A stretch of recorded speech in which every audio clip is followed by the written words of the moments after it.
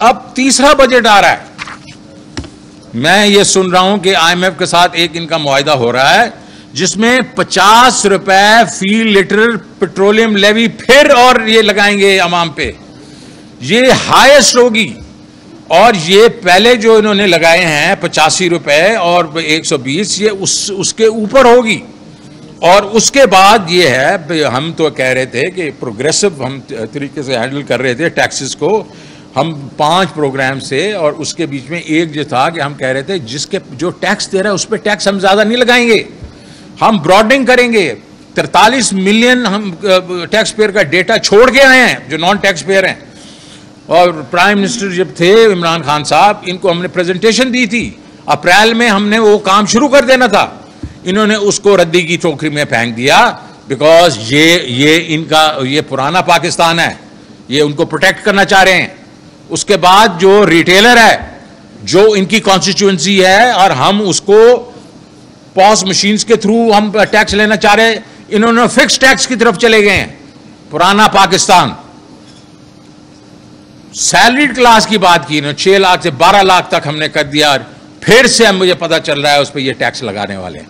تو یہ تیسرا بجٹ آئے گا 28-29 کو اور یہ بلڈوز کریں گے. سینٹ میں بالکل نہیں ڈسکس ہوگا.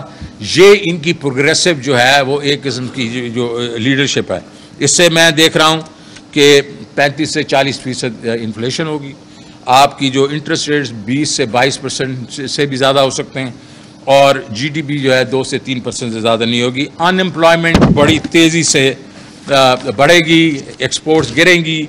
اور یہ جو ہے یہ ہم اکنامک کرائسس کی طرف جا رہے ہیں اور ڈیپ کرائسس کی طرف جا رہے ہیں. تو یہ تو بہت ہی آبویس سی چیز ہے کہ اکانومی اور مہنگائی کو ٹھیک کرنے یہ نہیں آئے تھے. ان کا مقصد کچھ اور تھا. اور ان کا مقصد تھا نیب کے لا کو فکس کرنا, الیکٹورل لاز کو فکس کرنا, اپنے آپ کو فکس کرنا. اب آخری میری سلائیڈ. پرائم منسٹر نے میں نے ان کو جب کہا کہ آپ پولیٹیکل انسٹیبلٹی نہ کریں, اس سے اکنامک قیاس ہو جائے گا. اکنامک قیاس ہو گیا ہے. مجھے ڈر ہے کہ یہ میلٹ ڈاؤن کی طرف نہ جائے جس طرح سری لنکا گیا. اور اس کے بعد سول انریسٹ ہو سکتا ہے, اس میں ولفل ڈیفالٹ ہو سکتا ہے, اس میں باقی چیزیں ہو سکتی ہیں. آر ڈی اے کے ڈرا ڈاؤن. ابھی بھی وقت ہے.